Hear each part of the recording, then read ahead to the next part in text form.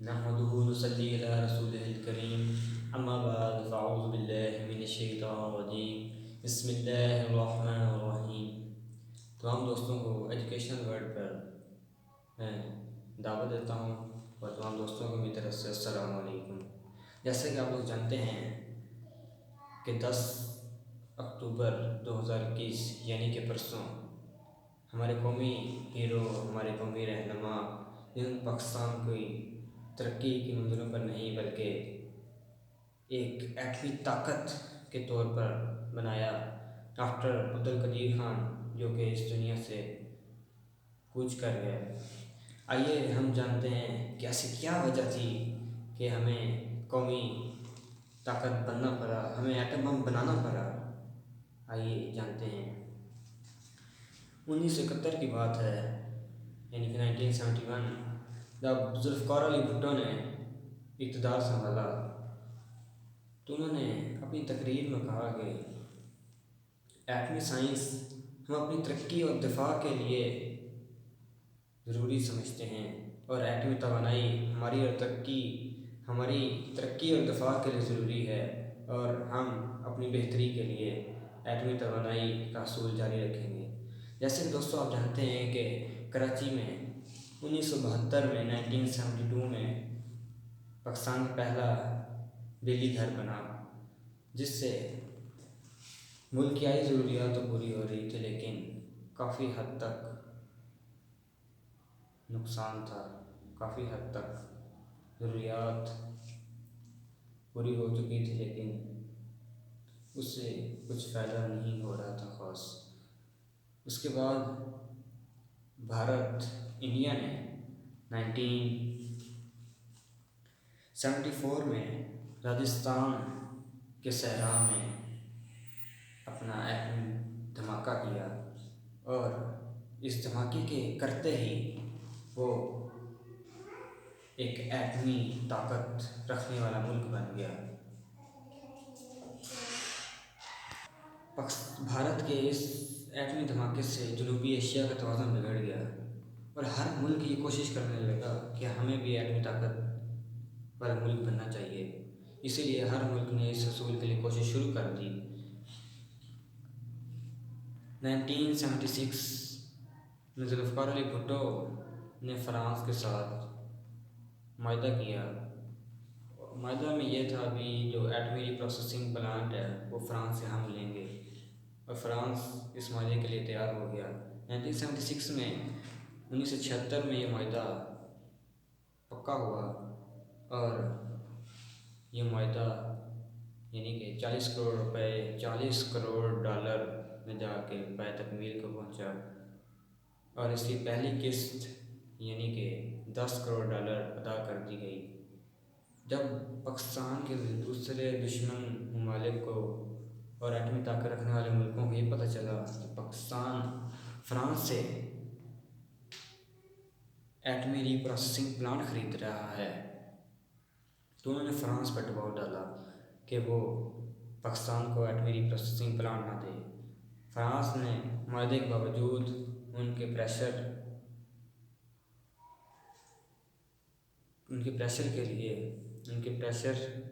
होने से वो माहदा मनसूख कर दिया।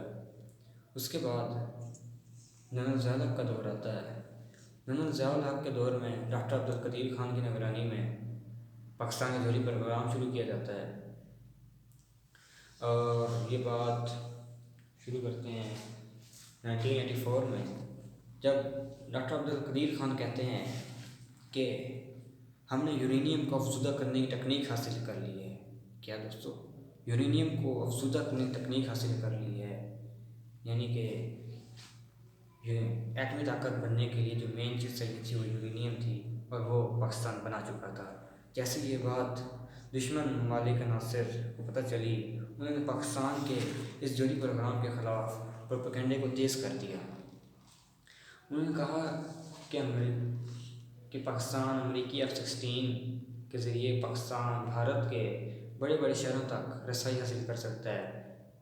मतलब उनका ये था कि वो अमेरिका के तैयारों का इस्तेमाल करें, अपनी कोई चीज़ ना बनाएं। पाकिस्तान को कहाँ ये बर्दाश्त था कि वो दूसरी चीज़ें इस्तेमाल करे। आहिस्ता आहिस्ता वक्त गुजरता गया। बात आई 1989 में कि डॉक्टर बकरीर खान ने अपना ऐलान किया कि पाकिस्तान ने एटमी न्यूक्लियर रिएक्टर बनाने की सलाहियत हासिल कर ली है। जी दोस्तों, न्यूक्लियर रिएक्टर ये वो एटमी धमाके का आखिरी मरला था जो कि पाकिस्तान बना चुका था। अब उनको पता था कि पाकिस्तान वाले एटमी बम बना चुके हैं। उसके बाद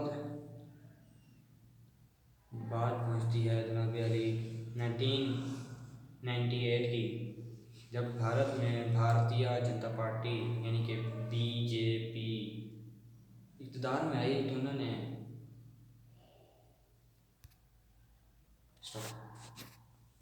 1998 में भारत में जब भारतीय जनता पार्टी यानी कि बीजेपी इक़्तिदार में आई तो उन्होंने भारत में बर्तरी का सिक्का जमाने के लिए 11 मई 1998 यानी कि 1998 में पोखराज राजस्थान के सहरा में 5 एटमी धमाके किए।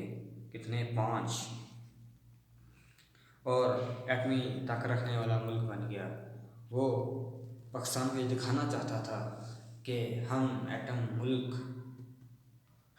ताकत रखने वाला मुल्क कि इंडिया एक ताकतवर मुल्क बन चुका है और वो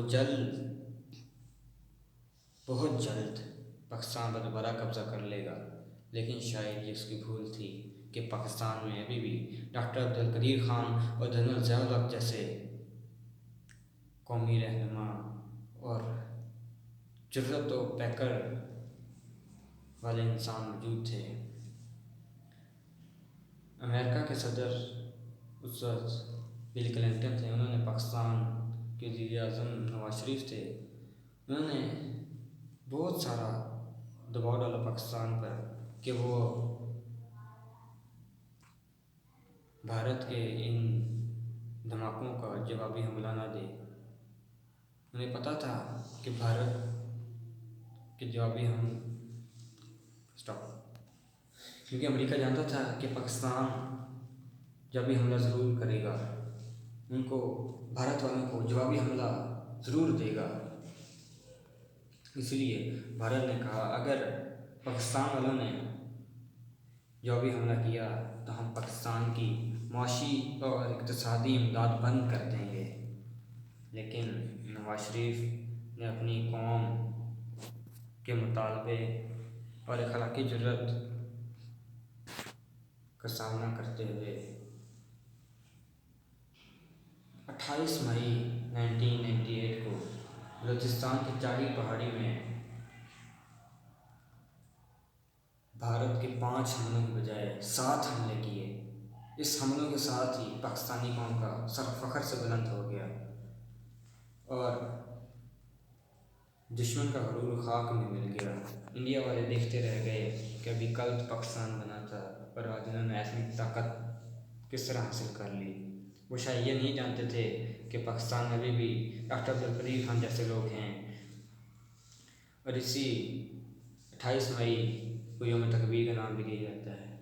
अब बात करते हैं कि ऐसी क्या ज़रूरत पेश आई कि पाकिस्तान को एटमी तवानाई के लिए कोशिश करना पड़ी। दोस्तों, इंडिया ने जब अपना पहला एटमी धमाका किया तो वो सोचने लगे अब हम एटमी ताकत तो बना चुके हैं, अब हम बहुत जल्द नहीं तो कुछ दिनों में पाकिस्तान को दोबारा कब्ज़ा कर लेंगे।